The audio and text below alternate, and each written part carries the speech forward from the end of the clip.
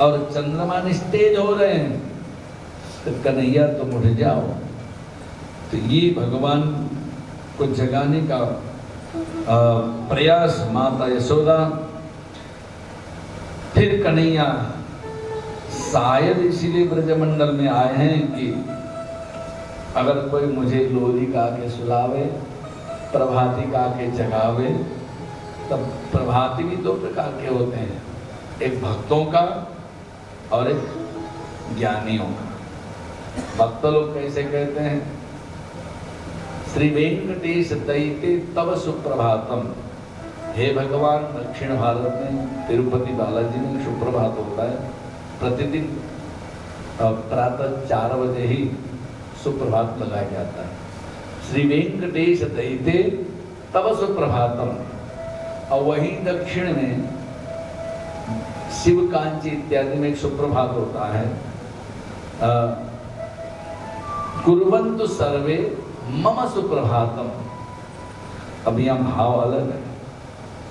हे भगवान, अगर आपका प्रातः मंगलमय हो तो हमारा तो मंगलमय होगा ही।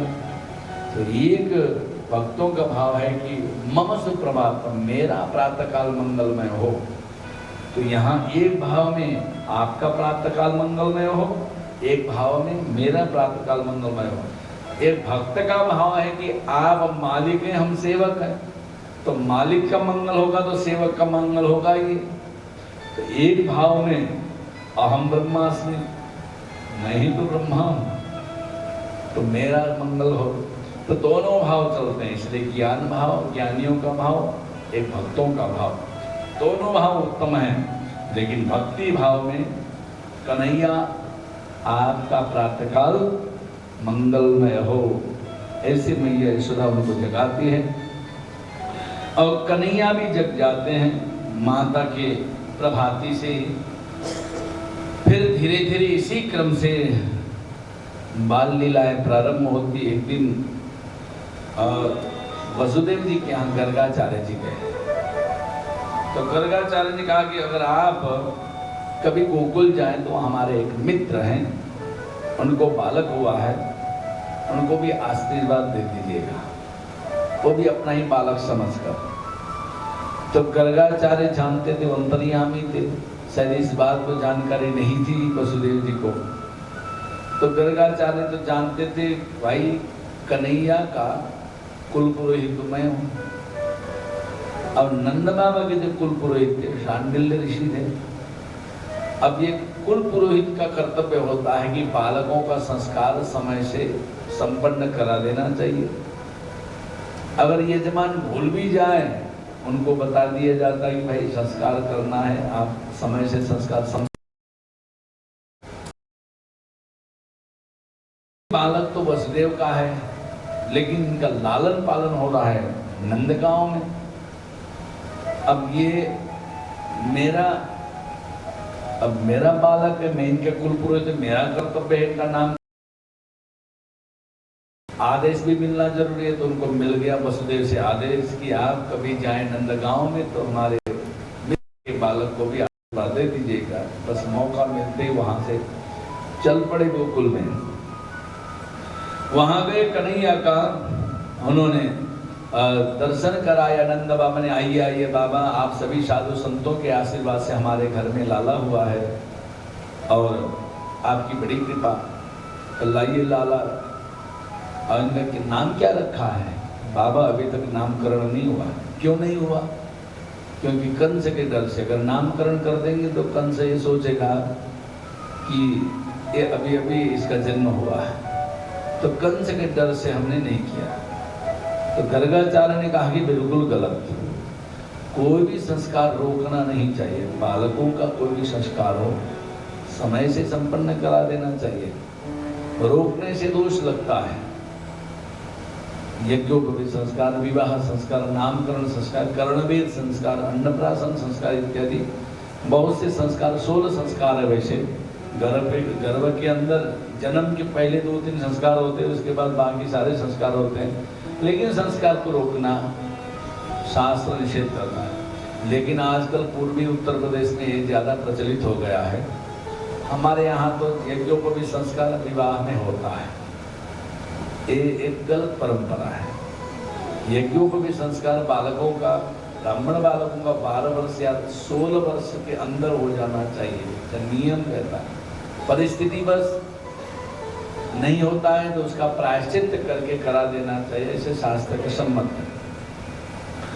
तो आपने संस्कार को रोक के रखा है, 11 दिन से 1 महीने के अंदर संस्कार होना चाहिए, तो कई महीने बीत गए, तो क्या करें बाबा, कोई रास्ता बतावे। रास्ता यही है कि गौओं के बीच में ये आयोजन रखो। नहीं, हमारे यहाँ तो नामकरण संस्कार में सब पूरे परिवार को, खानदान को, सबको बुलाया जाता है। तो परिवार खानदान छोड़ो, गौ माता के शरीर में 33 करोड़ देवता है, 33 कोटि देवता रहते हैं। तो इसलिए समझो कि गौ माता में सारे कुल परिवार खानदान सब इसी में भरे पड़े। यही मान के गौशाला के मध्य में करो, कंस को भी नहीं पता चलेगा, आपके बालक का नामकरण भी हो जाएगा। तो तुरंत उन्होंने इसका अनुमोदन किया। नंद बाबा बालकों को लेकर के, उनके यहाँ तो लाखों की संख्या में गौएं थी। अब वो गौओं के झुंड में कोई वहां से सामान लेकर आ रहा है, कोई वहां से आसन लेके आ रहा है, कोई किधर से घुस रहा है, कोई किधर से घुस रहा है। अंदर गौ के मध्य में जाकर के उन्होंने आयोजन रखा। गर्गाचार्य ने जैसे उनको रखा, गर्गा पुरोहितुन राजन यदुनाम सुमहायसया व्रजम जगामनंदस्य वसुदेव प्रचोदितः। वसुदेव के द्वारा प्रेरित करने पर नंद बाबा कह गए। दोनों बालक थे, बलराम और श्री कृष्ण। नामकरण के बाद हुआ है, लेकिन पहले रोहिणी का बेटा और यशोदा का बेटे के रूप में यहाँ पर उपस्थित है। लेकिन नंद गर्गाचार्य अंतर्यामी हैं, और वहाँ माताओं ने क्या किया, अपने बालक को लेते लेते कभी कभी सोचते हैं कि भाई आपका बालक कैसा है, जरा मैं देखूं, तो एक दूसरे का बालक आपस में बदल लेते हैं। यशोदा का बालक रोहिणी की गोदी में, रोहिणी का बालक यशोदा के।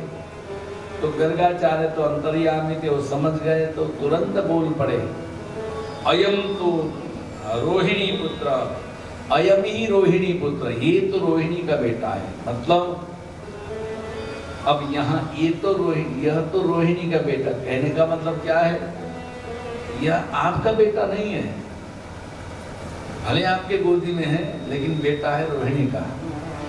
रमयण सुरीदो गुण, अच्छे लोगों के साथ रमण करने वाले, और आख्या शास्त्रे बलम इति बलाधिक्यात् बलम विदु, और इनका नाम राम होता, आख्या शास्त्रे राम इति, और बल अधिक होने से बलराम इनका नाम होगा, बल के राम। और दूसरे को लेकर के मैं देखा, आसन वर्णास्त्रो यस्य गृणतो नुयगम तनो शुक्लो रक्ततना पीतः इदानीं कृष्णतां गतः। दूसरे बालक का नाम है, इनका अलग अलग वर्ण के हुए, कभी काले, कभी गोरे, कभी श्याम वर्ण के, कभी मेघ वर्ण के, मेघ श्यामम गीत कौशेवासम भगवान का, और कभी भगवान शुक्ल वर्ण चतुर्भुजम, कभी भगवान शुक्ल वर्ण से चतुर्भुज से उपस्थित हैं। इसलिए आसन वर्णाश्रय अलग अलग वर्ण के कारण अलग अलग युगों में भगवान के अलग अलग कलर हुए और अलग अलग नाम भी हुए। और इतना ही नहीं, प्रागयम वसुदेवस्य, एक पूर्व वसुदेव के यहाँ भी इन्होंने जन्म लिया, इसलिए एक नाम इनका वासुदेव होगा। इसलिए भगवान श्री कृष्ण का जो मूल मंत्र के रूप में, द्वादशाक्षर रूप में, ओम नमो भगवते वासुदेवाय। एक जो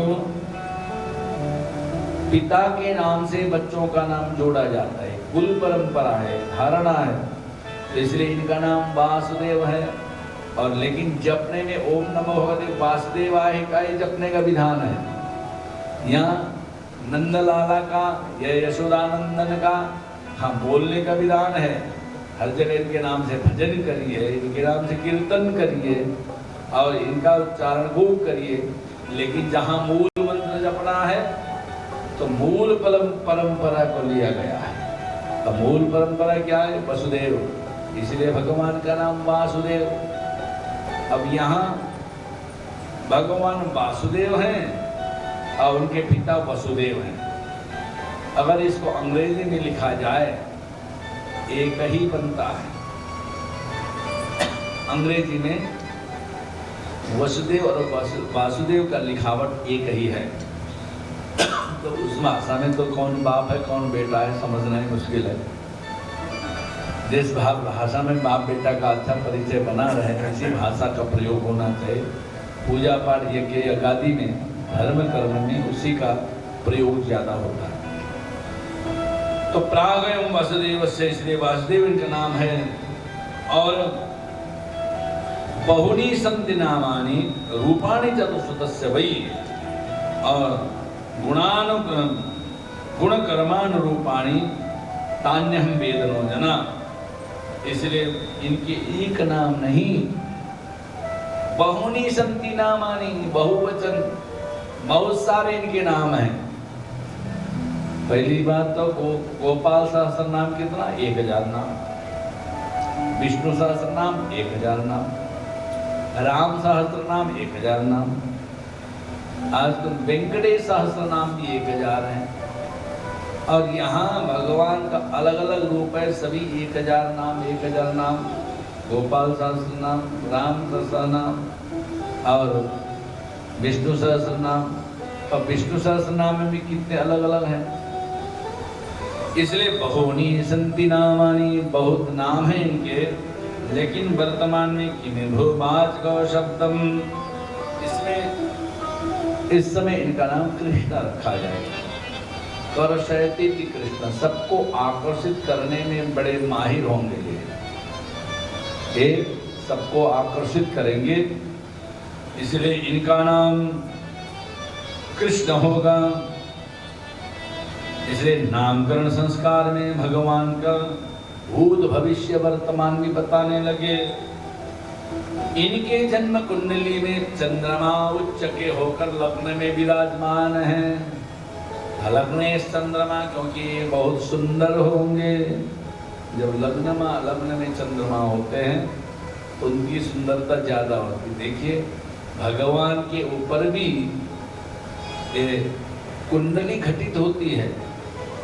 ये न कहे कि भगवान का नाम लेने से कुंडली दोष मिट जाता, भगवान भी कुंडली से जुड़े, भगवान की भी कुंडली होती है। सूर्य सिंह के होकर भगवान के कुंडली में, सिंहस्थ सूर्य ये स्वगृही सूर्य होते हैं। और बुध, बुद्धि के घर में बुध है तो अर्थात विद्या के घर में बुध है तो उपदेशक भगवान, एक नंबर के उपदेशक, सबसे पहले ज्ञान देने वाले भगवान ही होंगे गीता का। और जिसमें शनि भी उच्च का, शुक्र स्वगृही और गुरु भी स्वगृही बैठा है भगवान के कुंड में। एकादश स्थान का गुरु स्वगृही। इस तरह से सभी ग्रह अनुकूल योग ये मिल जाते भगवान के लिए, अर्थात भगवान कभी हमसे नाराज न हो जाए। ग्रह भी चाहते हैं कि भगवान हमसे नाराज न हो, योग भी चाहते हैं कि भगवान हमसे नाराज न हो। अगर हम गलत जगह बैठ जाएंगे तो भगवान नाराज हो जाएंगे। इसका मतलब भगवान अपने कुंडली को भी पहले से तैयार करके आते। तो हमारी कुंडली इस प्रकार की होनी चाहिए। अर्थात सभी भगवान के कुंडली में घटित हो रहे हैं। भगवत्ता और ईश्वर सत्ता भगवान दोनों रूप में है। इसलिए भगवान के नामकरण के बाद इनकी बाल लीला प्रारंभ हो रही है। कन्हैया की बाल लीला को देख करके सभी मंत्रमुग्ध होकर दर्शन करने आते हैं। आज कन्हैया ने क्या किया, आज कन्हैया ने क्या खाया। अगर लोग भले घर में अपना काम करें लेकिन दिमाग चलता था कन्हैया के घर के प्रति। आज लाला ने क्या किया, यशोदा, महिलाओं का तो काम ही है। आप मेरे बेटे ने, बच्चे ने ऐसा किया, बच्ची ने ऐसा किया। तो बालकों के विषय में सबकी उत्सुकता रहती है, लेकिन कन्हैया के प्रति ज़्यादा ही थी। लोग ज्यादा ही भावुक होते थे, आज लाला ने क्या खाया, आज लाला ने क्या किया। इस तरह से कन्हैया बाल लीला करते। काले नाल्पनिराज से राम कृष्ण से गोकुले अदिष्ट जानुने पदवीर विचक्रस्म मधुरंजसा। और आज तो भगवान कृष्ण और काले नाल्पिन राज से राम कृष्ण से गोकुले, और जल्दी ही भगवान बड़े हो गए। जानुभ्यम सह पाणिभ्यम, जानू कहते हैं कि घुटने को, पानी कहते हाथ को, और घुटने के बल और हाथ के बल, अर्थात भगवान चार हाथ पर टेक करके, जैसे वहां गोकुल में चले वो आ ही जाता है दिमाग में। लाइन लगी थी आगे पीछे घुटना, हमारे विनय सिंह जी तो पीछे रह गए।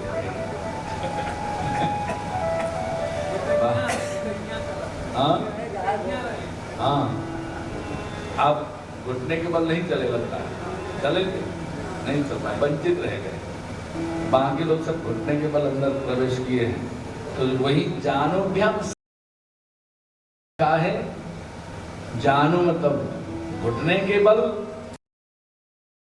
के बल। तो कन्हैया और बलराम चलने लगे, और जब बालक चार हाथ पांव टेक कर जब बाहर निकलता है तो और भी प्यारे लगते हैं। देखो बड़ा हो गया, बेटा बड़ा हो गया, अब चलने लगा है। तो आइए कन्हैया के इसी बाल लीला पर एक छोटा सा भजन लेते हुए आगे बढ़े। बोलो भागवत भगवान की। कृष्ण बड़ा प्यारा, गोविंद बड़ा प्यारा, मेरी सरकार का दीदार बड़ा प्यारा, मेरी सरकार का दीदार बड़ा प्यारा। कृष्ण बड़ा प्यारा, गोविंद बड़ा प्यारा, कृष्ण बड़ा प्यारा, गोविंद बड़ा प्यारा, कृष्ण बड़ा प्यारा, गोविंद।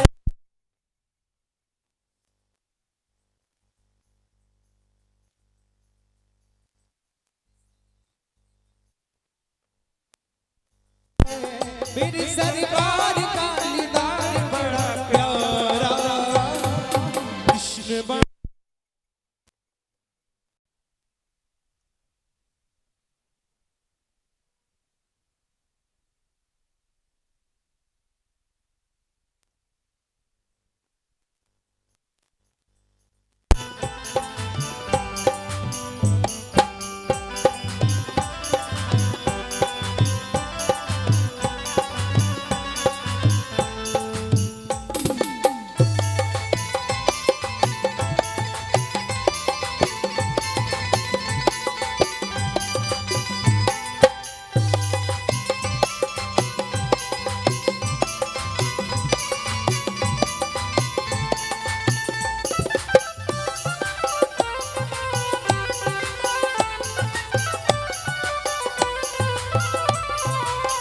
तेरे नैना कटिले मोटे मोटे रसीले, तेरे नैना कटिले मोटे मोटे रसीले, दिल को छीन लिया तेरी प्यारी हंसी ने, दिल को छीन लिया तेरी प्यारी हंसी ने। ओ तेरे नैना कटिले मोटे मोटे रसीले, तेरे नैना कटिले मोटे मोटे, दिल को छीन लिया तेरी प्यारी हंसी ने, दिल को छीन लिया तेरी प्यारी हंसी ने। प्यारी अखियों में लगा गजरा बड़ा प्यारा है,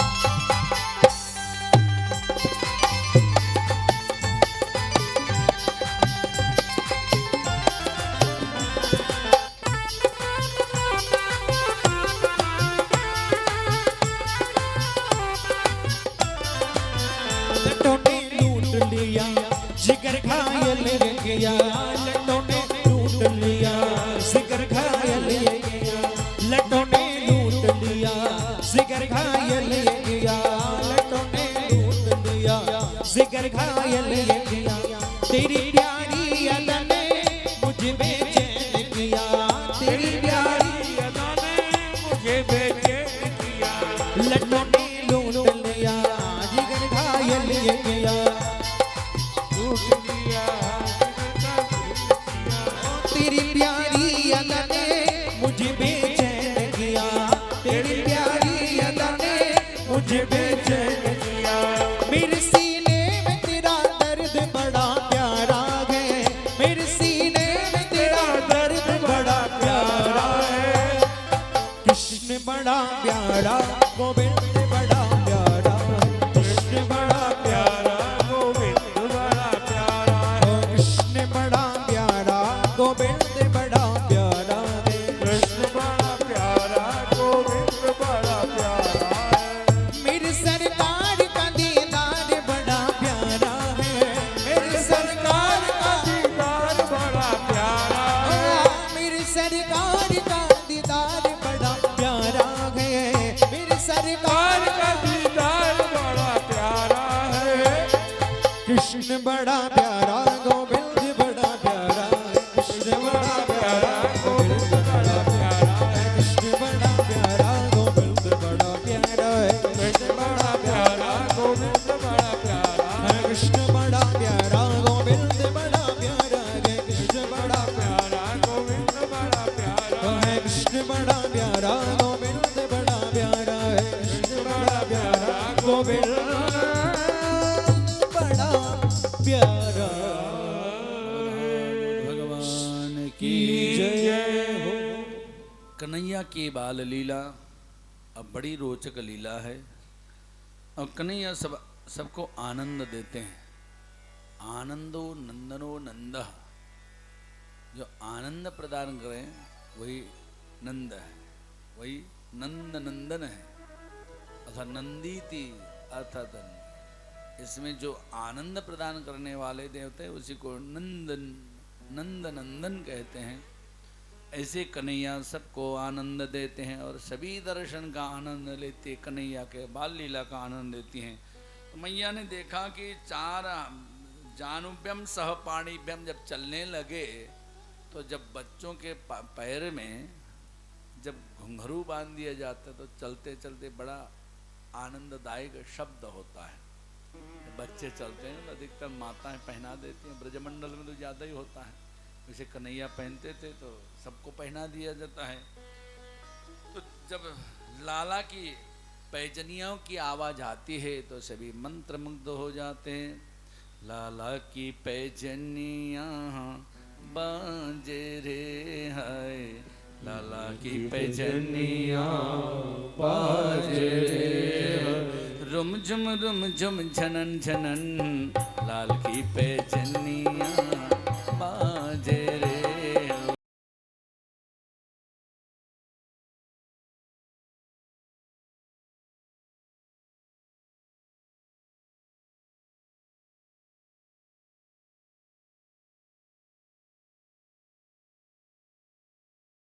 लाल की पैजनियाँ बाजे रे, लाल की पैजनियाँ बाजे रे।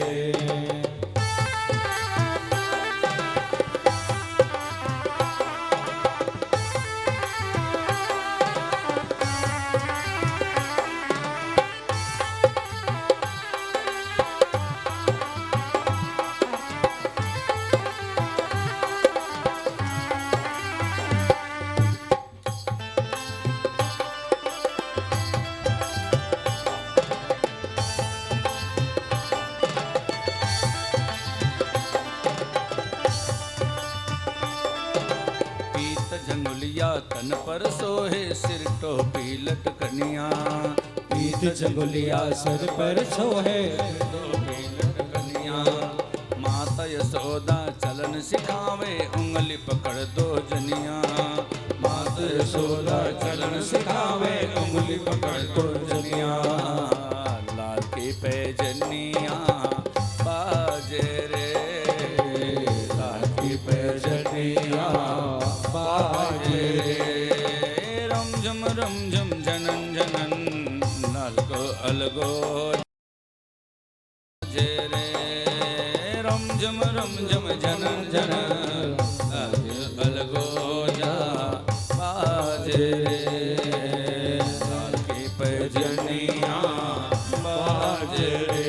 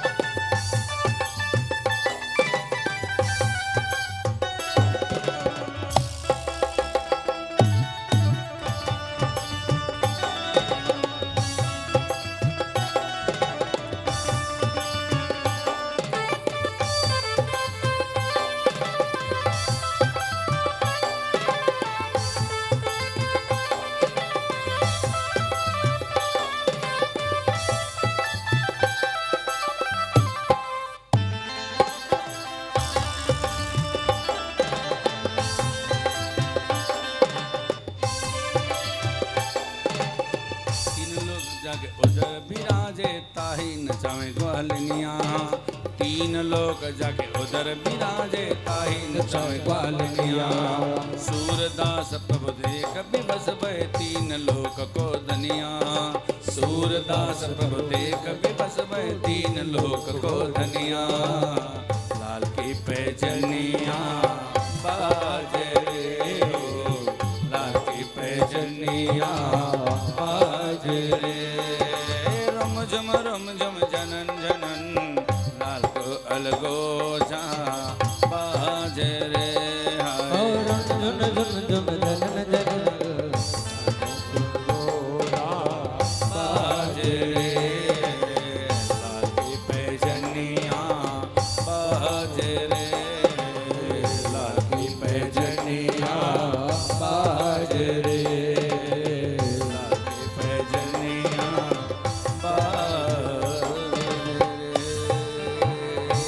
कन्हैया को पैजनिया इत्यादि पहना देती है, सुंदर सुंदर श्रृंगार करती है। जब चलने लगते हैं तो उनकी जब झनझन आवाज आती है सब मंत्रमुग्ध हो जाते हैं। ऐसी कन्हैया की बाल लीला का वर्णन श्रीमद् भागवत के अंतर्गत संतों ने, हमारे मुनियों ने कहा है। और इसी प्रकार से कन्हैया की एक एक लीला को देखने के लिए सभी यक्ष किन्नर गंधर्व देवी देवता आकाश मंडल से टकटकी लगाए कन्हैया की बाल छवि का दर्शन कर रहे हैं। और यहाँ तक ब्रजमंडल में सभी देवता लोग अलग अलग रूप बनाकर आए हुए, कोई पशु पक्षी पेड़ पौधे भी बने हैं। और यहाँ कन्हैया का सहयोग कर सकूं, जिस विधि से कन्हैया का मैं सहयोग करूं उस हिसाब से सब लोग ब्रजमंडल में पधारे हुए और कन्हैया के इस बाल छवि का सभी दर्शन करते आनंद मग्न होते हैं। और धीरे धीरे कन्हैया ने बाल लीला करते करते माखन चोरी भी प्रारंभ कर दी। हम नवनीत को कहते स्नेह पदार्थ। स्नेह का मतलब होता है सभी से मेल मिलाप रखने वाला व्यक्ति, किसी से भी मित्रता रखने वाला बड़ा स्नेही मित्र होता है। तो अर्थात जैसे दूध किसी में थोड़ा सा लगा दिया जाए तो पानी डालने से धुल जाता है, दही भी धुल जाता है, लेकिन घी को कहीं ऐसे लगा दें एक बार के पानी डालने से घी जल्दी धुलता नहीं है। उसके लिए हमें अलग प्रकार के केमिकल का प्रयोग करना होता है उसको छुड़ाने के लिए। घी है तो या तो साबुन से रगड़ो या तो हराक से मिट्टी से रगड़ो तभी घी छूटेगा, लेकिन बाकी दूध दही कहीं डाल दिए तो अपने आप पानी से धुल जाएगा, कोई ज़्यादा परिश्रम करना नहीं है। क्योंकि घी जो होता है सबसे चिपक जाता है, मिलता है, इसको कहते स्नेह पदार्थ। कन्हैया माखन चुराने का मतलब ये भाव रखते हैं कि एक स्नेह पदार्थ है, ये सबसे मिल के रहता है, इसलिए हम भी सबसे मिल के रहें। तो कन्हैया भी हमारे हृदय को चुरा लेंगे। ये भाव है, स्नेह चुराना। और हम भी कहते लोगों को ज्ञान देते हैं, अरे भगवान का है कहाँ, घी का पकवान न बनाओ, घी की पूड़ी बनाओ, घी का हलवा बनाओ, शुद्ध घी चाहिए, वो भी गाय का देसी घी, भगवान को बहुत प्रिय है। घी का दीपक जलाओ, घी से आहुति करो। हम ही सबको ज्ञान देते हैं। क्यों घी पसंद है? इसलिए पसंद है, घी सबसे मिलता है। दूध से तो मात्र आप खीर बना सकते हैं या कुछ और चाय बना सकते हैं, चाय कॉफ़ी खीर बनावें, और कुछ दूध का पकवान रबड़ी इत्यादि बनवावें। उस दिन एक दिन रबड़ी उत्सव भी मनाया था हम लोगों ने। जय हो जाएगी। एक दिन रबड़ी भी, अर्थात भगवान क्यों पसंद करते हैं? क्योंकि जो सबसे मिलता हो। दूध में नमक डाल के दूध का सेवन नहीं होता है, लेकिन घी के पकवान में नमक भी डाला जा सकता है। नमक के साथ भी खा सकते हैं, चीनी के साथ भी खा सकते हैं, या पूड़ी के साथ, कचौड़ी के साथ, समोसा के साथ, खीर के साथ हो, चाहे दलिया बनावे, चाहे खीर बनावे, चाहे भोजन बनावे, मात्र नमक घी डाल कर भी आप चावल खा सकते हैं। तो अर्थात ये सबसे मिल जाता है, सबसे मिलकर स्वयं भी स्वादिष्ट रहता है, दूसरे को भी स्वाद प्रदान करता है। ये रसीला पदार्थ बन जाता है घी के द्वारा। अर्थात नवनीत भगवान पसंद करते हैं। हर यज्ञ में, पूजा पाठ में घी का प्रयोग इसीलिए होता है क्योंकि स्नेह पदार्थ है, और स्नेह पदार्थ भगवान को प्रिय है। तो स्नेह पदार्थ भगवान को प्रिय है, तो क्या हम स्नेही नहीं बन सकते? हम सबसे मिलजुल नहीं रख सकते? तो यही तो भगवान चाहते, तुम सबसे मिलजुल बढ़ाओ, सबसे मिल के रहो। संगच्छध्वम, वेद कहता है कि हम नहीं कहते। संगच्छध्वम, साथ में चलो। संग संबद्धम, साथ में बोलो। और साथ में मतलब उनका विचार एक हो, मन एक हो। मनुष्यन्यत वचन्यन्यत कर्मापेण्यत, ये दुरात्मा नाम कहा गया है। मनुष्येकम वचस्येकम कर्माप्येकम, तो सज्जनाम, ये सज्जनों का है। एक मन होकर चलो, संगच्छद्दम बनो, संबद्धध्वम बनो, एक मन होकर चलो। वेद कहता है, वेद भगवान की वाणी है। अगर हम मेल जोल नहीं रखते हैं तो भगवान का अपमान करते हैं, और जो भगवान का अपमान करते हैं तो उसको कौन बचाएगा? तो भगवान भी नहीं बचाने वाले। तो इसलिए भगवान नवनीत को पसंद करते हैं। ये नहीं कि भगवान मात्र दूध को पसंद करते हैं, मात्र दही को पसंद करते हैं, लेकिन भगवान नवनीत चौरम कहा गया कि भगवान को नवनीत चौरम, नवनीत चुराने वाले कन्हैया बन जाते हैं। कि इसका भाव यही है कि देखो, मैं बचपन से भगवान नवनीत चोर बन जाते हैं, कि इसलिए भगवान हमारे स्नेह को चुराते हैं, अपनत्व को चुराते हैं। तुम अपनत्व बनाओ और मैं तुम्हारे हृदय में बैठूं।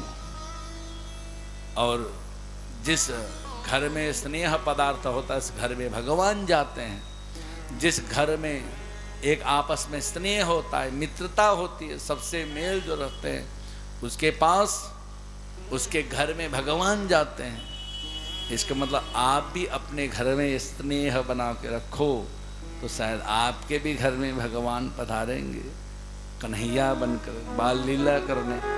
तो ऐसे उन गोपिकाओं के घर में जाते हैं जिन जिन गोपिकाओं के घर में नवनीत होता था। अब कुछ लोग नवनीत तक पहुंचते ही नहीं। अगर दुग्ध लिया तो दूध व्यापार के लिए बेच दिया जाता है। जो दूध ही का व्यापार करेंगे तो उसके घर में तो न नवनीत होगा, न तो दही माखन होगा, तो उसके यहाँ तो भगवान क्यों जाएंगे? अर्थात भगवान भी कहते तुम अपने घर में नवनीत रखो, स्नेह पदार्थ रखो, स्नेह रखो, मैं तुम्हारे घर में चोरी करने आऊँ।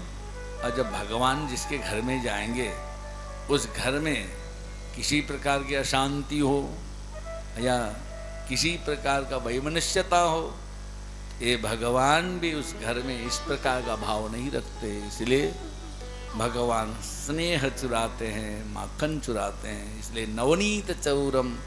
और भगवान अनेक जन्मार्जित पाप चौरम, नवनीत चौरम जब भगवान बन जाते हैं तो आपके जन्म जन्मांतर के पाप भी चुराते हैं। लेकिन पहले आपको घर में नवनीत रखना पड़ेगा, और नवनीत नहीं है तो संत हृदय नवनीत समाना। आप अपने हृदय को नवनीत बनाइए, सबसे मिलने वाला हृदय बनाइए। तो जो संत हृदय होता है उसके भगवान उनसे मिलने जाते हैं, यही नवनीत का भाव है। भगवान बाल लीला करते हैं, और दधि मंथन लीला यहाँ यशोदा जी अपने हाथ से दधि मंथन करती है। उनके यहाँ गौओं की कमी नहीं, लेकिन लाला का लालन पालन पोषण स्वयं अपने हाथ से करती है।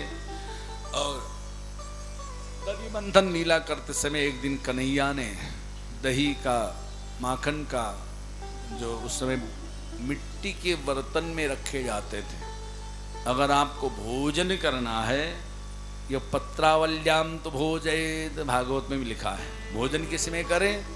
पत्रावली में।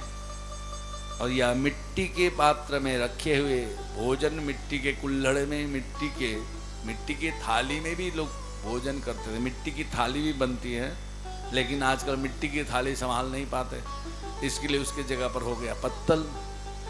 तो पत्रावल्याम तो भोजयेत शुद्ध भोजन माना जाता। दक्षिण भारत में एक स्थान है, उसको कहते हैं श्री कृष्ण क्षेत्र, श्री कृष्ण मठम।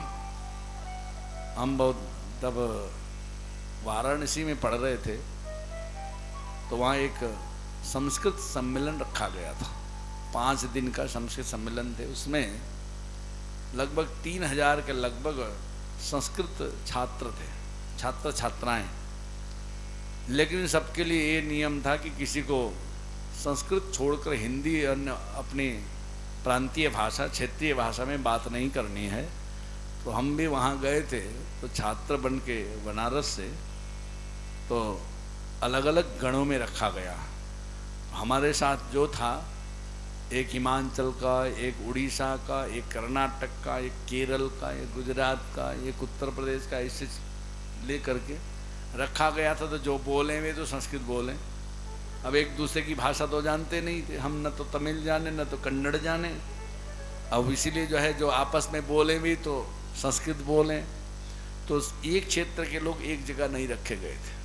तो 5 दिन का सम्मेलन था। वहाँ जिस मठ में हमारी व्यवस्था थी, वहाँ सुबह शाम जो भोजन प्रसाद होता था, मात्र पत्ते में भोजन कराया जाता था। केले का पत्ता आता था, उसी में दाल चावल जो भी होता था, उसी पत्ते में ही हम लोग भोजन करते थे। शुद्ध भोजन, अर्थात जिसमें किसी की कोई शंका नहीं होती।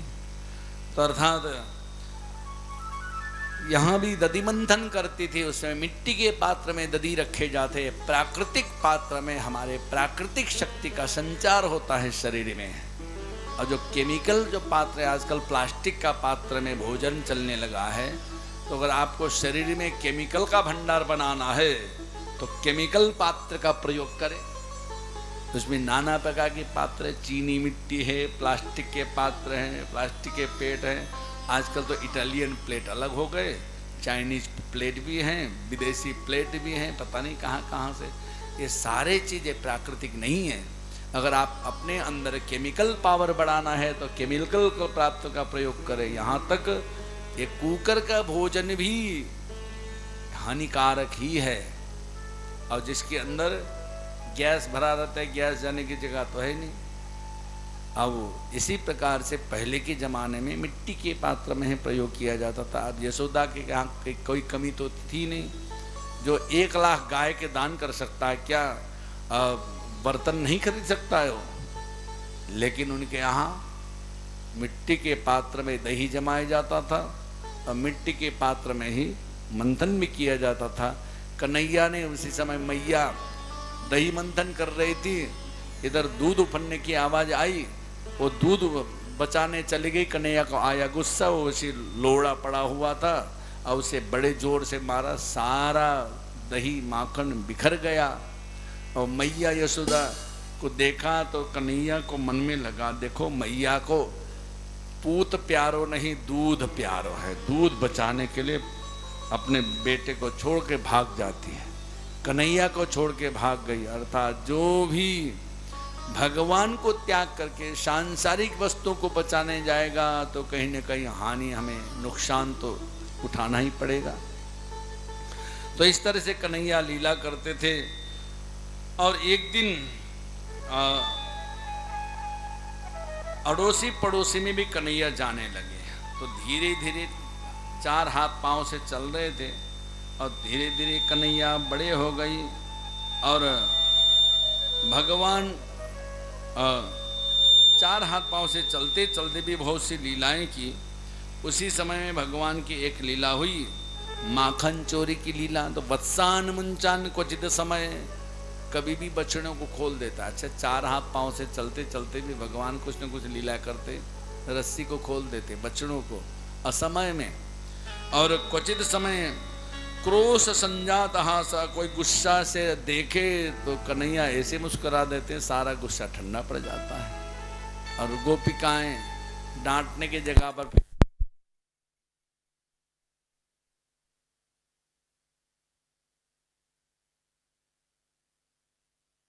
कन्हैया लाल की। वत्सान मुंचान क्वचित समय क्रोश संजात, बछड़ों को खोल देता है कभी भी। और हम लोग गुस्सा करते तो मुस्कुरा देता है, हमारा सारा गुस्सा ठंडा पड़ जाता है। तो मैया यशोदा के पास शिकायत लेकर पहुंचती है, तो उसको सुरक्षित रखा करो, ऊपर लटका दिया करो खूंटे में। अरे उसके पास सब हथकंडे हैं, सारे चोरी के हर प्रकार के उपाय कर लेता है। कैसे कि एक के ऊपर दूसरे को खड़े कर देता है और सबसे लास्ट में अपने सबसे ऊपर रहता है। तो कई हट्टे कट्टे मोटे तगड़े को नीचे खड़े कर देता है, उसके थोड़े दुबले पतले को ऊपर और उससे कमजोर को ऊपर, और सबसे पहले सबसे ऊपर स्वयं रहते हैं। तो भगवान ये दर्शाते हैं कि तुम क्रमशः मेरा भार वहन करो, मैं तुमको स्नेह दूंगा, माखन खिलाऊंगा, लेकिन उसके तुम्हें मुझे उठाना पड़ेगा। अगर मैं ऊपर रहूंगा तुम्हें स्नेह मिलेगा, माखन मिलेगा, जहाँ स्नेह मिलेगा वहाँ मेरा आगमन होगा। ये भी भगवान दर्शाते हैं। इस तरह से भगवान लीलाएं करते हैं। तो एक दिन लीला करते करते भगवान धीरे धीरे 1 वर्ष के हो गए। तो वहाँ कन्हैया और बलराम खेल रहे थे। तो मैया यशोदा कहते कि हे कृष्ण कृष्ण महायोगिन, तात एहि स्तनम पिबह अलम विहार सुक्षांत, क्रीड़ा श्रांतो से पुत्र कह। ये हे राम हे कृष्ण तुम आ जाओ। तुम प्रातः काल ही तुम चले गए थे खेलने, लेकिन आज तुम्हारा जन्म नक्षत्र है। आगे तुम जन्मर्क्षमद्य भवतो विप्रेभ्यो देहिगाम शुचि, आज तुम्हारा जन्म नक्षत्र है। इसमें क्या किया जाता है? विप्रेभ्यो देहिगाम शुचि, ब्राह्मण को दान देना चाहिए। पहले पवित्र हो जाओ, स्नान करो, पूजा करो, सप्त चिरंजीवी पूजन करो, लेकिन केक मत काटो। जन्म बर्थडे का मतलब केक काटना, आजकल वही हो गया, बर्थडे मतलब केक काटना। लेकिन जन्म तिथि पूजा करो, अपने इष्ट का पूजन करो, कुल का पूजन करो, सप्तर्षि का पूजन करो, पंचतत्व का पूजन करो, 10 दिक्पालों का पूजन करो। जन्म नक्षत्र में, अब यहाँ पर जन्म नक्षत्र का, आजकल जो बर्थडे मनाया जाता है उससे नक्षत्र से कोई लेना देना नहीं। भगवान का भी जन्म मनाते, कुछ लोग तिथि मनाते हैं, कुछ लोग नक्षत्र मनाते हैं। उत्तर भारत वाले तिथि नक्षत्र को प्रधानता देते हैं, दक्षिण भारत वाले तिथि को प्रधानता देते हैं, उदय काल को प्रधानता देते हैं, सूर्योदय काल को। ते कन्हैया का भी आज मैया यशोदा जन्म नक्षत्र मनाने के लिए उनको बुलाते। तो खेल कूद बंद करो, अब खेलो मत, तुम आ जाओ, पहले दुग्धपान करो फिर जन्म नक्षत्र मनाया जाता है। तो लोग कहते हैं आजकल क्या करते, बच्चों को सुबह से भूखा रखते हैं, आज पूजा करने भूखा रहेगा, हम भी भूखे तो बच्चे, बिल्कुल नहीं, बच्चों को भूखा रखना नहीं, आप भले भूखे रहो। अब मैया यशोदा कहते पहले तुम आ जाओ, पहले दूध पी लो, फिर उसके बाद पूजा करो, गौदान करो, क्योंकि शास्त्र कहता है कि हम जो पूजा करते हैं कि इक्षुरापोपयो मूल तांबूलम फलमौषधम भुक्त्वा पीत्वापि कर्तव्य स्नानदानादिका क्रिया। इक्षुरापो गन्ने का रस पीकर, जल पीकर, पय दूध पीकर, कंदमूल खाकर, इक्षुरापयो मूलम तांबुल, लेकिन तंबाकू वाला नहीं, ये कत्था उत्था इत्यादि डाला हुआ नहीं, तांबूलम फल औषधि दवा, फलम औषधम, और भुक्त्वा पीत्वा भी कर्तव्य, खा पी कर भी कर सकते हैं, स्नान दान आदि का क्रिया, स्नान दान इत्यादि कर्म। इसमें बुलाया कि पहले दूध पी लो, उसके बाद तुम करो, इसलिए बच्चों के ऊपर ज़्यादा दबाव नहीं डालना चाहिए कि आज पूजा है तुम सुबह से तुम भूखा रहो। कुछ बहुत जगह हम जाते हैं तो लोग यही करते हैं, बच्चों को खिलाते पिलाते ही नहीं, आज पूजा है तो कैसे खाएगा, तो बिल्कुल नहीं। मैया यशोदा दुग्ध पान कराने के बाद उनको जन्म नक्षत्र मनाने का आदेश देती है, इसलिए हमें भी जन्म नक्षत्र मनाना चाहिए, जन्म तिथि मनाना चाहिए। एक जगह जन्म तिथि को लेकर भी कई जगह का बड़ा संशय है, हम तिथि माने कि नक्षत्र माने। जन्म के लिए तिथि, मृत्यु के लिए जन्म के लिए नक्षत्र, मृत्यु के लिए तिथि होती है प्रधानता। और इसलिए यहाँ भी एक हैं, मैंने उनको जन्म तिथि के लिए बताया तो उनका लाभ मिला है ना। तो उनको पहले केक काटा करती थी, तो उनका बालक बीमार रहा करता था, तो उनको मैंने केक की जगह पर, भाई केक काटो ठीक है अपने लिए, लेकिन उसकी जगह पर जन्म तिथि मनाने का जब हमने सजेशन दिया था, उससे उनको लाभ मिला, आज तक वो लाभ जारी है। तो यहीं बैठे, अगर इस विश्वास ना हो तो पूछ सकते हैं। तो अर्थात केक काटना वो डेट से बना हुआ है। डेट किसका बनाया हुआ है? ईसाइयों का बनाया हुआ है डेट।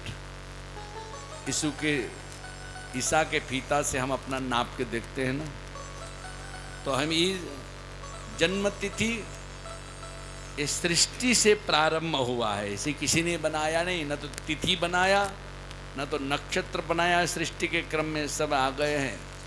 तो जो सृष्टि से प्रारंभ हुआ है उसे छोड़कर जो कल किसी व्यक्ति विशेष का बनाया हुआ हम दिन को लेकर के हम चलें, तो उससे भगवान खुश हों, भगवान की प्रसन्नता हो, बिल्कुल नहीं है। इसलिए आप लोग भी अपने बच्चे के लिए सुरक्षा चाहते हैं तो जन्म तिथि मनाइए, उस दिन व्रत करें, उस दिन मंदिर जाए, दर्शन करें, और कुछ नहीं तो सप्त चिरंजीवी नहीं तो मंदिर में जो देवता उसकी पूजा कराइए। भले छुट्टी कराना पड़े छुट्टी करें, लेकिन वो मनाना है तो जन्म तिथि मनाइए, उससे उनको आरोग्यता मिलती है। तो ये हमेशा रोगी होने वाला जो सिस्टम है, हमारे पांडे जी का बेटा भी जो वलसाड़ वाले हैं, इनके सुपुत्र का भी कुछ ऐसे ही था, तो उससे उनको लाभ मिला। तो जन्म तिथि के दिन जन्म तिथि को याद करिए, अपने बच्चे का जन्म तिथि मनाना प्रारंभ करें, उनके कई प्रकार के रोग अपने आप दूर होते चले जाएंगे और स्वस्थ बालक रहेगा। तो हम कहते हैं तो हमने सब किया, तो अन्य समय में किया हुआ वो जन्म तिथि के लिए प्रयोग नहीं होता है। अगर बच्चे का स्वास्थ्य चाहते हैं तो उसी जन्म तिथि के दिन, जन्म नक्षत्र जन्म तिथि के दिन बनाए। जब 27 बोलते हैं, क्यों बोलते हैं? तो एक नक्षत्र को घूम फिर करके आने में 27 दिन लगते हैं। कोई मूल में जन्म लिया है तो उसका 27 कराया जाता है। वहाँ डेटा नहीं होता है, डेट में करावें। तो 27 का मतलब नक्षत्र के दिन उसी नक्षत्र में उसकी पूजा कराइए, तब उसकी शांति होती है। तो यहाँ यशोदा मैया यह कहती है, कम से कम भागवत में जो लिखा है उसको सुन करके हम कर सकते हैं। ये सुन करके उन्होंने अपने स्वार्थ के लिए नहीं, कन्हैया के लिए किया है। तो नक्षत्र का पूजन किया और जन्म नक्षत्र का पूजन करके और विप्रेभ्यो देहिगाम शुचि ही उन्होंने ब्राह्मणों को गौदान किया और पवित्र गौ का दान करके भगवान का बर्थडे मनाया। बर्थडे मतलब जन्म तिथि मनाया। अच्छा, हम लोग क्या करते हैं? भगवान को एक तरफ तो हाथ जोड़ते, त्वमेव माता च पिता त्वमेव बंधु च सखा त्वमेव। अब हम क्या करते हैं, जब बर्थडे आता त्वमेव माता खत्म, तो भगवान के तो हम जन्म तिथि मनाते, जन्माष्टमी तिथि, रामनवमी तिथि, शिवरात्रि तिथि, नवरात्रि तिथि मनाते हैं। लेकिन हम अपना क्या करते हैं? तिथि नहीं मनाते। हम भगवान को माता पिता बाप मानते हैं, उनकी तो तिथि मनाते हैं, और हम अपना तिथि नहीं मनाते। हम भेदभाव नहीं कर रहे भगवान से। भगवान हम आपसे ज़्यादा श्रेष्ठ हैं। आप भले तिथि में चलो, लेकिन मैं नहीं चलूँगा तिथि में, मैं तो बर्थडे में चलूँगा, डेट में चलूँगा। ये भगवान का भी तो अपमान है। तो इसलिए बच्चों को प्रेरित करें कि जन्म तिथि जरूर मनावें। तो यशोदा ने भी क्यों मनावें कि भागवत में, पुराणों में इसी का प्रमाण मिलता है। डेट का प्रमाण कहीं भी नहीं मिलता, डेट मानो करके। और एक सज्जन ने कहा कि मैं अपने पिताजी के लिए तिथि का तो नहीं पता है, और डेट में उनके नाम से मैं सीधा वगैरह दान कर देता हूँ। क्या क्यों? मैं उनका जो है मरण डेट है, मरण पुण्य तिथि, वही मरण के डेट में मृत्यु डेट को ही वो करती थी। ये तो उनको मिलेगा ही नहीं, क्योंकि गरुड़ पुराण में लिखा है कि जिस दिन उन पितरों की पुण्य तिथि होती, जिस तिथि में मरे होते हैं, वो यम यातना भोग रहे हों, चाहे पितृलोक में हो, चाहे देवलोक में, गंधर्व लोक, किसी भी लोक में हो, उस दिन उस लोक से उनको छुट्टी मिलती है। आज तुम्हारी पुण्यतिथि है, तुम्हारे बच्चे, तुम्हारे खानदान तुम्हारे लिए शायद कुछ अन्न जल प्रदान करेंगे, या तुम अपना अधिकार लेकर आओ। और वहाँ से चल दिए अपने पुण्यतिथि में, और यहाँ इनको पता नहीं कि तिथि कब है, उन्होंने तो डेट में कर दिया। और डेट के हिसाब से तो यमलोक से भी छुट्टी नहीं मिलती, वहाँ से भी उनको तिथि के हिसाब से छुट्टी मिलती है। तो बेचारे यहाँ आए तो बेचारे खाली हाथ लौट गए, कुछ है नहीं। अब आपने डेट नहीं किया तो जो डेट बनाने वाले हैं वो तो उनके पास जाएगा, और जो तिथि बनाने वाले के पास जाएगा नहीं, न तो नक्षत्र बनाने का। अब डेट बनाया किसने? इंसान ने बनाया। उसका भी जो जैसे किट्टी पार्टी मनाने वाले का फल किसको मिलेगा? उन्हीं को मिलेगा जिन्होंने शुरुआत किया है। तो अर्थात अगर आपने करना है तो डेट में किया हुआ आपके पूर्वजों को भी नहीं मिलता, क्योंकि उस दिन उनको छुट्टी नहीं दी जाती है। तिथि में किया हुआ तो आपके घर में आते हैं लेने, और तिथि में दिया हुआ उनको प्राप्त होता है, और आपको आशीर्वाद देकर के, पितृ आशीर्वाद देकर जाते हैं। अगर नहीं करते हैं तो आप पितृ श्रापित बन जाते हैं, आपके पितृ आपको श्राप दे सकते हैं। इसीलिए तिथि को प्रधानता, धीरे धीरे कन्हैया के जन्म तिथि इत्यादि मनाते हुए लीला आगे बढ़ती है।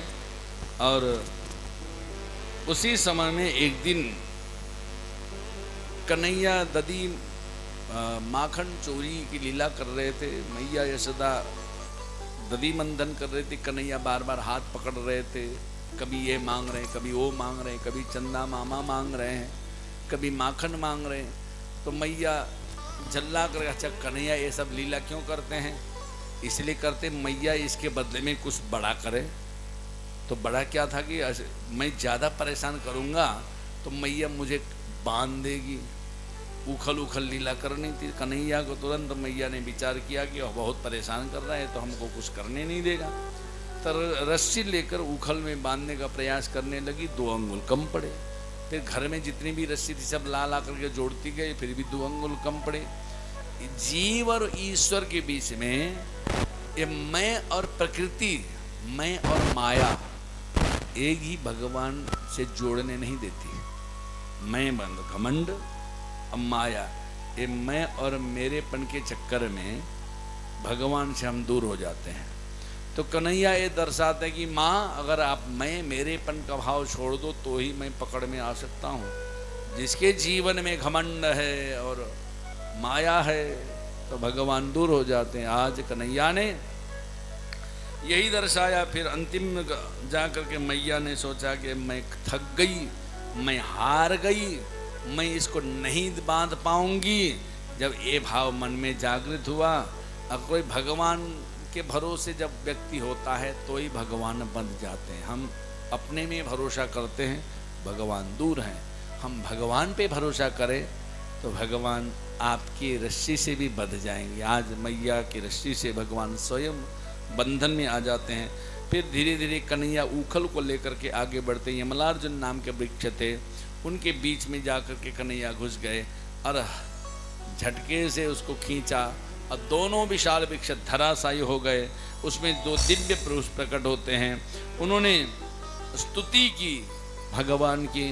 वाणी गुणानुकथने श्रवणं कथायां हस्तौ च कर्मसु मनस्तव पादयोर्नः स्मृत्यां शिरस्तव निवास जगद प्रणामे दृष्टि शतां दर्शनेस्तु भवत्तनूनां। वाणी गुणानुकथने।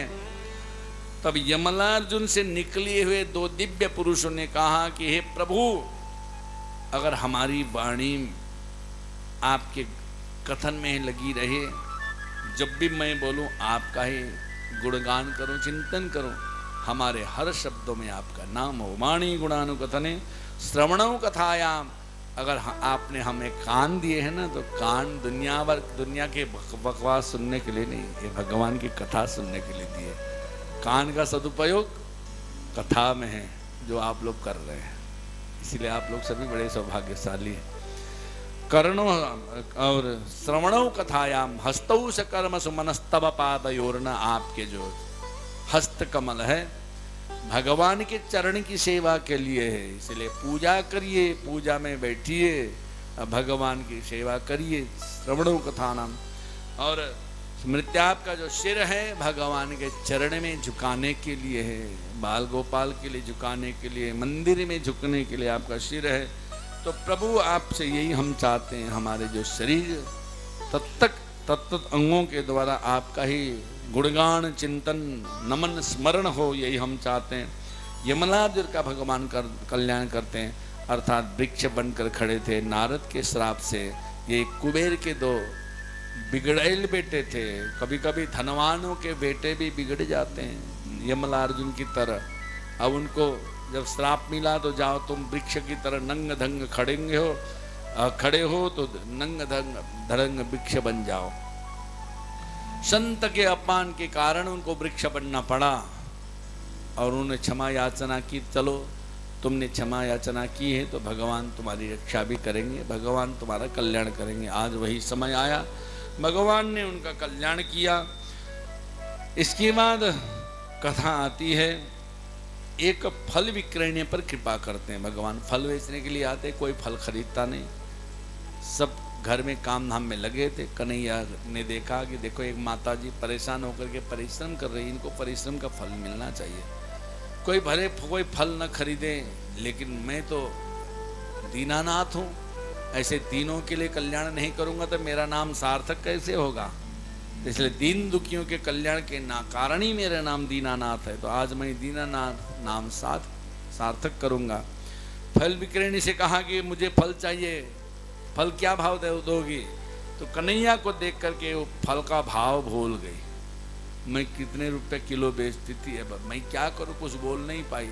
अजय बात, लाला तुमको चाहिए तो जो मर्जी ले जाओ, तो न मैं खाली लेने वाला नहीं हूँ, फल हमें दे दो। तो कन्हैया ने थोड़ा सा आंचल उतरिया ऐसे फैलाया, उसमें फल डालती गई। कन्हैया के मुखमंडल को देखते हो मोहित हो जाती है और सारा फल उसके आंचल में डाल देती है। कन्हैया फल लेके जाते हैं, अंदर से धान्य, उसको धान्य औषधि मनुष्यानम, जो धान्य होता है धान को थोड़ा सा अंजलि में लिया और बालक दौड़ते दौड़ते जब धान आए तो उसमें 2-4 दाने में अंजलि में बचे थे, बाकी तो सब बिखर गए। उसके टोकरी में डाल दिया, देखो फल के बदले यही ले लो। तो टोकरी रत्नों से भर गई। उसके बाद कभी जीवन में उसको फल बेचने की आवश्यकता नहीं पड़ी। अगर हम कोई चीज अर्पण भी करें तो भगवान को अर्पण करें, फल भी खाएं तो भगवान को अर्पण करें, अन्न भी खाएं तो भगवान को अर्पण करके खाएं, तो भगवान आपके जीवन में कभी भिक्षा मांगने की, किसी से मांगने की आवश्यकता नहीं पड़ती। आज फल विक्रयणी, कभी दूसरे से मांगने की जरूरत नहीं पड़ी, फल बेचने की जरूरत नहीं पड़ी। इस तरह से भगवान सबका कल्याण करते हैं। अब जब यमलार्जुन वृक्ष का गिरना सबने पता चल लगा कि धीरे धीरे कि देखो गोकुल में तो बड़े उत्पात हो रहे हैं, हमें यह स्थान छोड़ना चाहिए बालकों की सुरक्षा के लिए, बच्चों की सुरक्षा के लिए स्थान छोड़ना चाहिए। तो ये उस समय का जमाना था। आजकल अपनी सुरक्षा के लिए बालकों की बलि दी जाती है। अरे पेट में बच्चा आ गया, हमारा कैरियर खराब हो जाएगा, इसको साफ करो, हमको तो बहुत कुछ करना है, अभी फैमिली प्लानिंग नहीं करनी है। तो आजकल अपने लिए बच्चों के जो है जिंदगी बर्बाद कर दी जाती है। भ्रूण हत्याएं हो रही, कई जगह सुनने में आता है कि हमारा कैरियर खराब हो जाएगा, इसलिए अभी हमको फैमिली प्लानिंग नहीं करनी है। आज बच्चों की सुरक्षा के लिए स्थान छोड़ने को तैयार हैं, लेकिन आजकल अपनी सुरक्षा के लिए बच्चों की बलि दी जा रही है। तो ये समाज उल्टा ही तो चल रहा है आजकल। इस प्रकार कन्हैया को गोकुल से वृंदावन की ओर प्रस्थान करते हैं। कहा कि कहाँ रहा जाए, जहाँ गायों के लिए चरने की व्यवस्था हो, बाहरी सुरक्षा की दृष्टि से भी अच्छा हो। तो वृंदावन जो धाम है जहाँ आप विराजमान हैं, वहाँ 3 तरफ से तो जमुना जी परिक्रमा करती है इस भूमि को। जमुना जी भी एक तरफ से भूमि है, 3 तरफ से जमुना जी घूमी हुई है। और यहाँ गायों को चरने के लिए भी, पीने के लिए जल की भी व्यवस्था है, लेकिन यहाँ अधिकतर तो खारा पानी है। फिर गायों के लिए उस समय जमुना जल की व्यवस्था थी, तो जमुना में चारों तरफ, तीनों तरफ जल की व्यवस्था ही, इसलिए वृंदावन उचित स्थान है। यहाँ पर तुलसी का वन है। हम लोग वृंदावन चले आइए, हम लोग भजन के माध्यम से वृंदावन में पहुँच गए हैं, वैसे मन से पहुँचे हैं। चलो रे मन श्री वृंदावन धाम,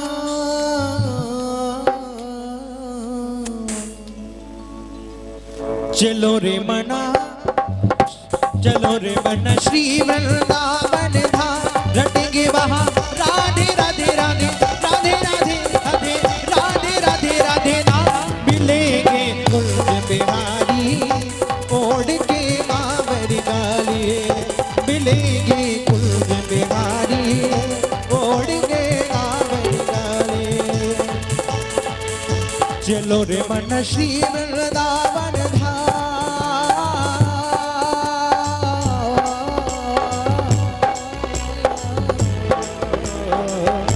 चलो रे मना श्री वृंदावन धाम, रटेंगे वहाँ राधे राधे राधे राधे राधे राधे राधे राधे राधे राधे, मिलेंगे कुंज बिहारी ओढ़ेंगे कांवर गाली, मिलेंगे कुंज बिहारी ओढ़ेंगे कांवर गाली।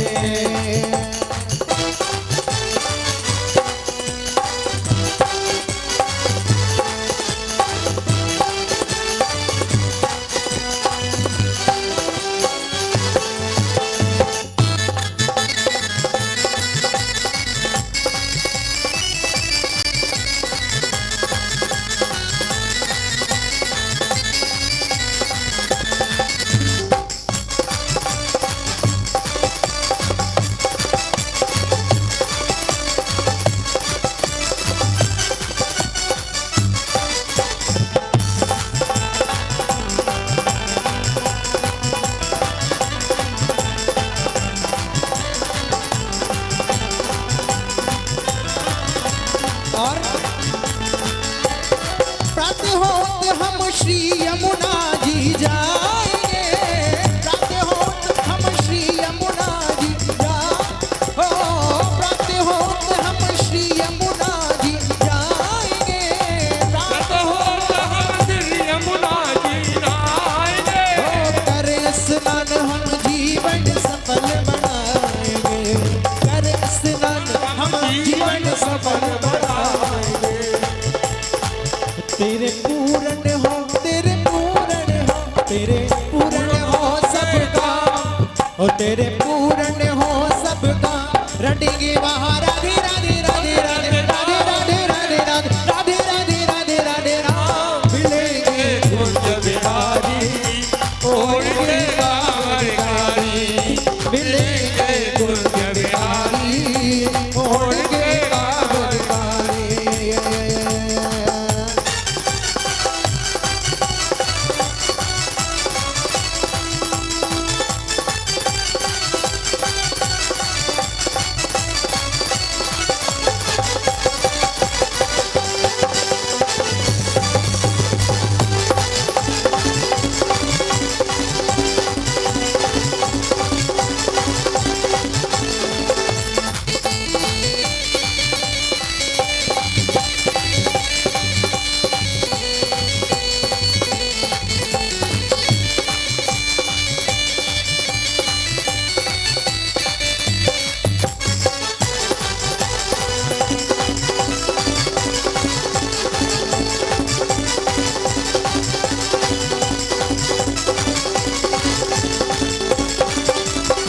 श्री वृंदावन धाम श्री बांके बिहारी को, श्री वृंदावन धाम श्री बांके बिहारी को, श्री वृंदावन धाम श्री बांके बिहारी को, वृंदावन धाम श्री बांके बिहारी को, एक टके हो में न दर्श श्री बांके बिहारी को, एक टके हो में न दर्श श्री बांके बिहारी को, अरे एक टके हो में न दर्श श्री बांके बिहारी को, एक टके हो में न दर्श श्री बांके बिहारी को।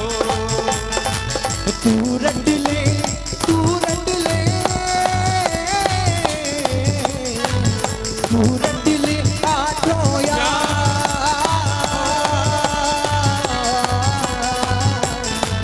तू रट ले आठों रटेंगे वहाँ राधे राधे राधे राधे राधे राधे राधे राधे राधे राधे राधे राम मिलेंगे कुंज बिहारी, मिलेंगे कुंज बिहारी, ओढ़ के कांवर गाने, मिलेंगे कुंज बिहारी, ओढ़ के कांवर गाने, मिलेंगे कुंज बिहारी, ओढ़ के कांवर गाने।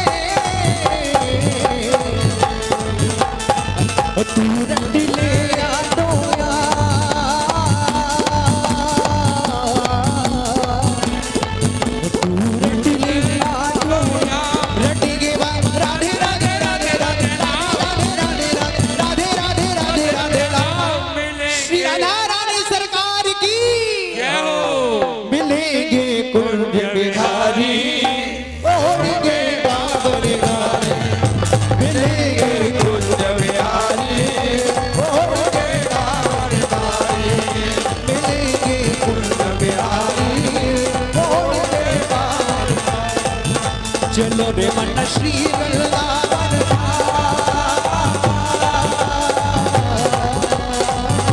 चलो रे लटा श्री वृंदावन रडेंगे बाबा राधे राधे राधे राधे राधे राधे राधे राधे राधे राधे राधे मिलेंगे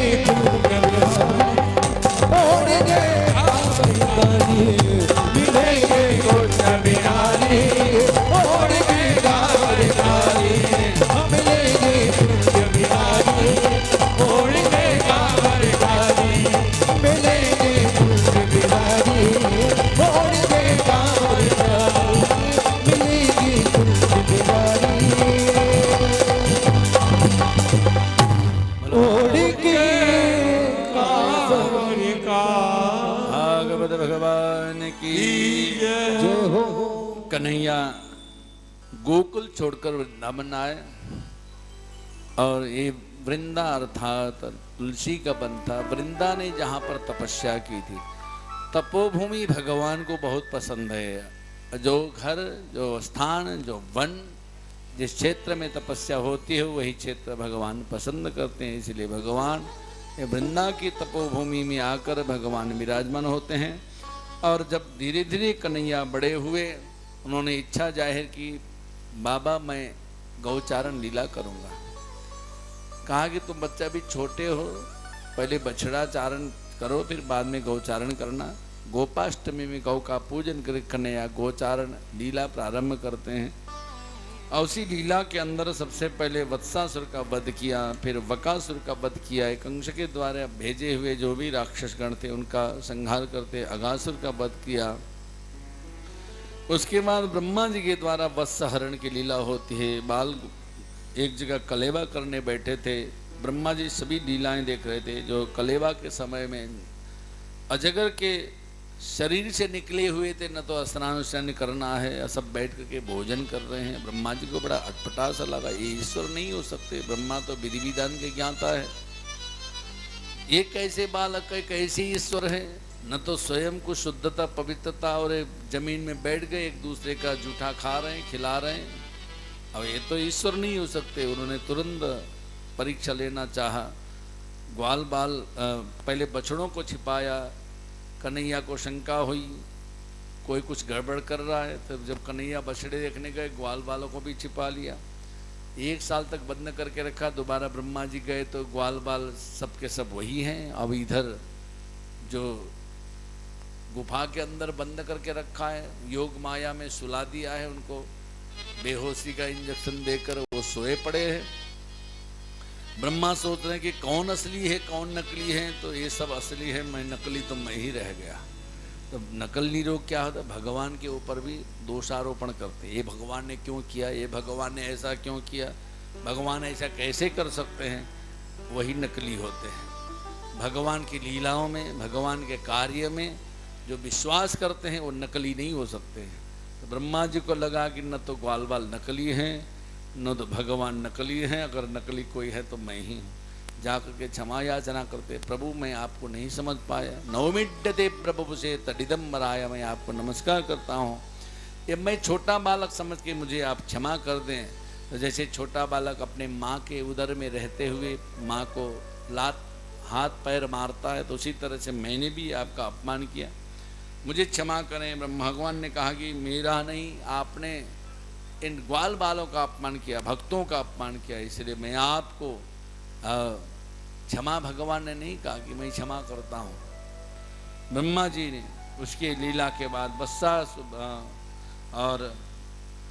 वत्स चुराने का लीला किया था। उसके बाद भगवान गोचारण लीला में धेनुकासुर इत्यादि का वध किया। एक कालीय दह में कालीय सर्प जहर फैला रहा था, कई बछड़े मर गए, कई गौवें मर गई, कई बालक मर गए, तो उनका भी भगवान ने उद्धार किया। काली नह कर रमणक द्वीप में भेज दिया, तुम यहाँ से चले जाओ। रमणक द्वीप वर्तमान में जो फिजी नाम का एक द्वीप है, तो कालीय नाग का वही मंदिर बना हुआ है। जब यहाँ से गया तो ऑस्ट्रेलिया के पास में है फिजी, वहाँ भी भारतीय बहुत रहते हैं।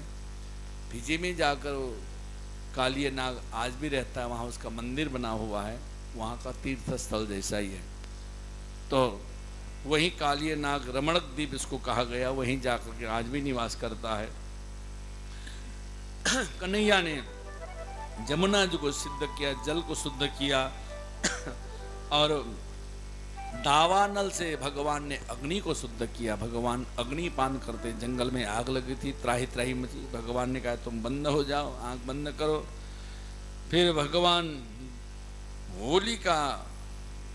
होली भी मनाते हैं। भगवान ग्रीष्म ऋतु की क्रीड़ाएं भगवान करते हैं और भगवान वर्षा ऋतु का, शरद ऋतु का, हर प्रकार के जो षड ऋतु होते हैं, बसंत, ग्रीष्म, वर्षा, शरद, हेमंत, शिशिर ऋतु, ये षड ऋतु हैं।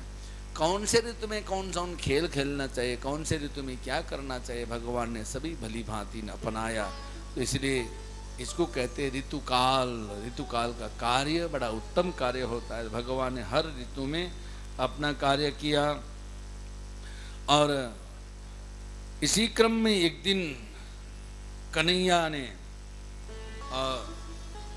वेणुनाद किया। बंसी की ध्वनि कन्हैया को बड़ा पसंद था, बंसी, क्योंकि इसमें जो छिद्र है प्रदर्शित है, अंदर एकदम खाली है।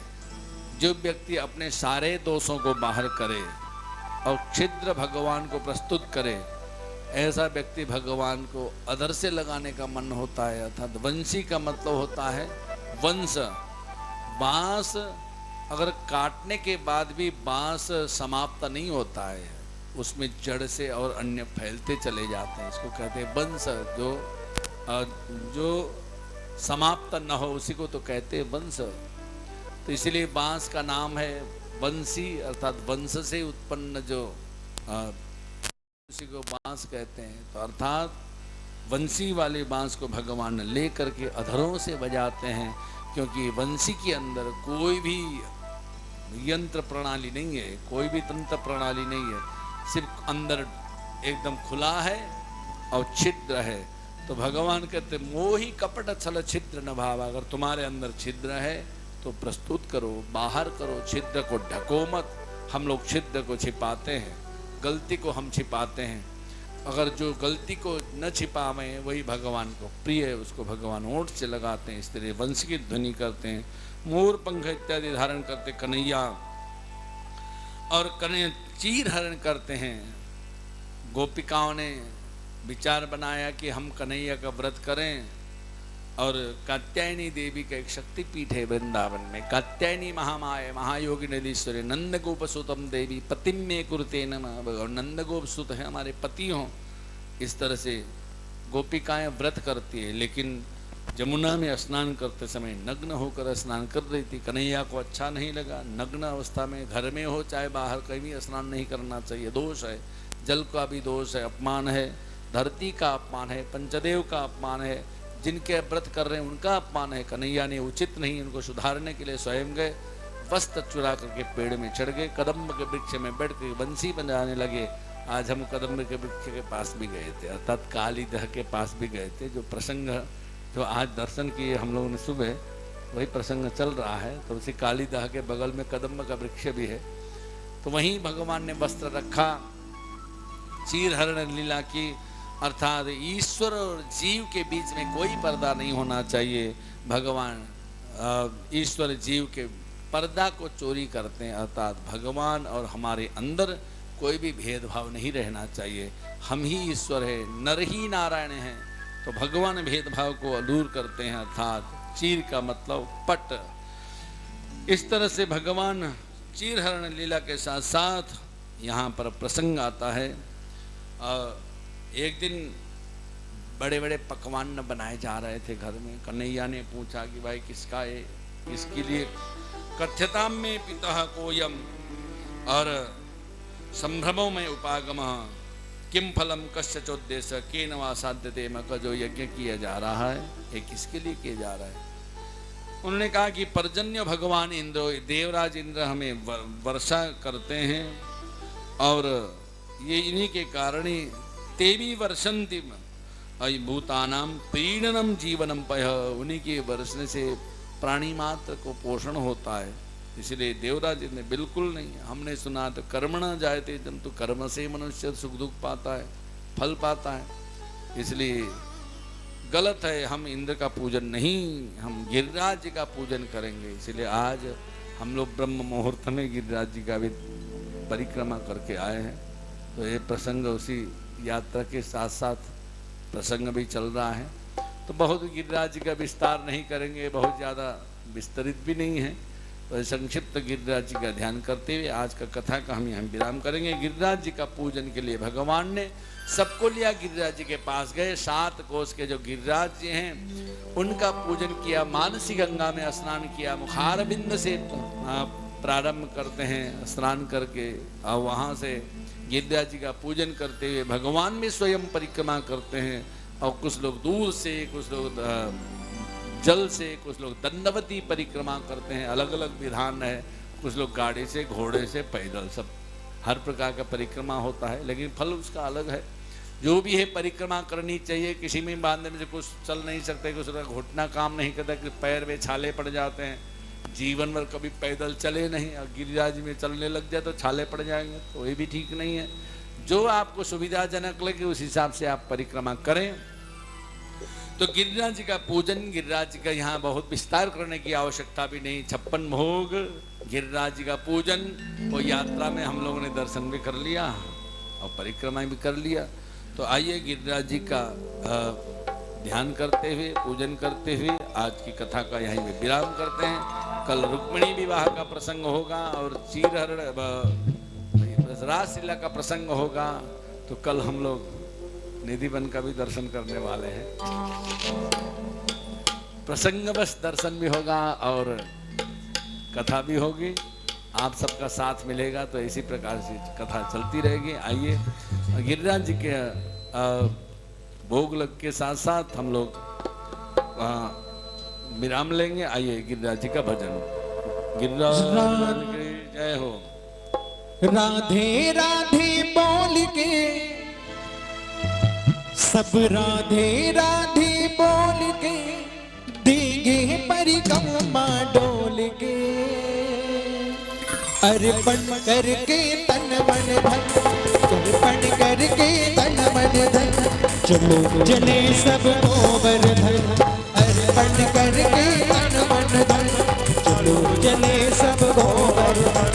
राधे राधे बोल के, राधे राधे बोल के देंगे परिक्रमा डोल के। अर्पण करके तन मन धन, चलो चले सब गोवर्धन। अर्पण करके तन मन धन, चलो चले सब गोवर्धन।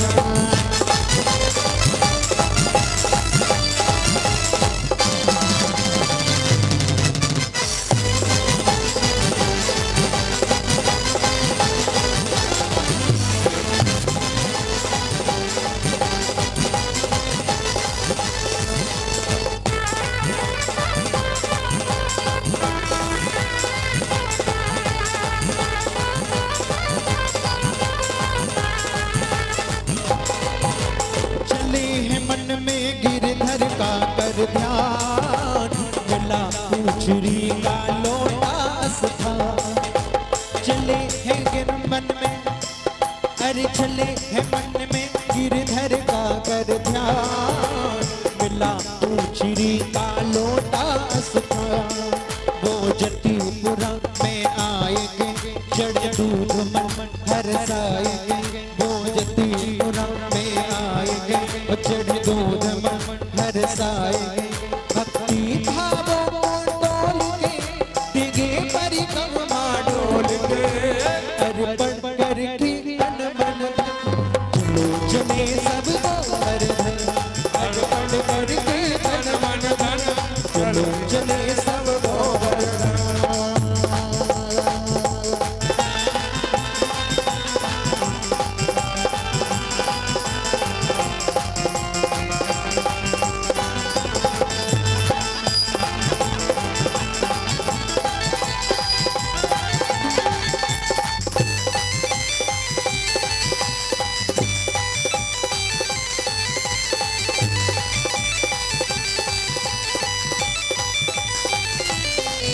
अरे राधा कुंड पे राधा का कर ध्यान। मानसी गंगा में फिर कर स्नान।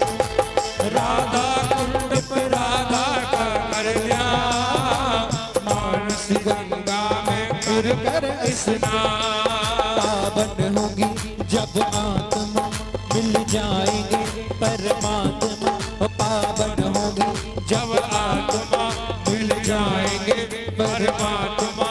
वाणी में अमृत घोल के, वाणी मैं अमृत घोल के पीगे परिक्रमा डोल के।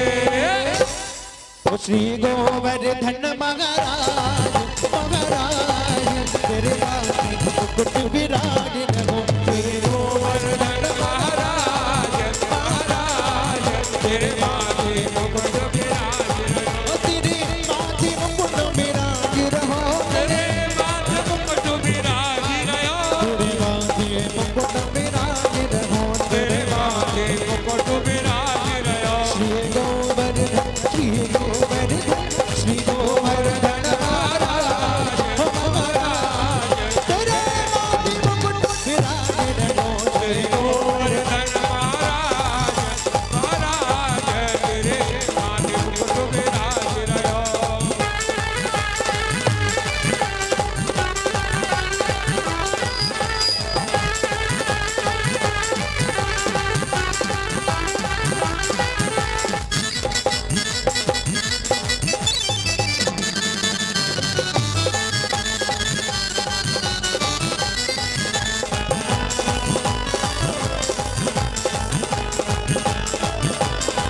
तुम पे कौन चढ़े तो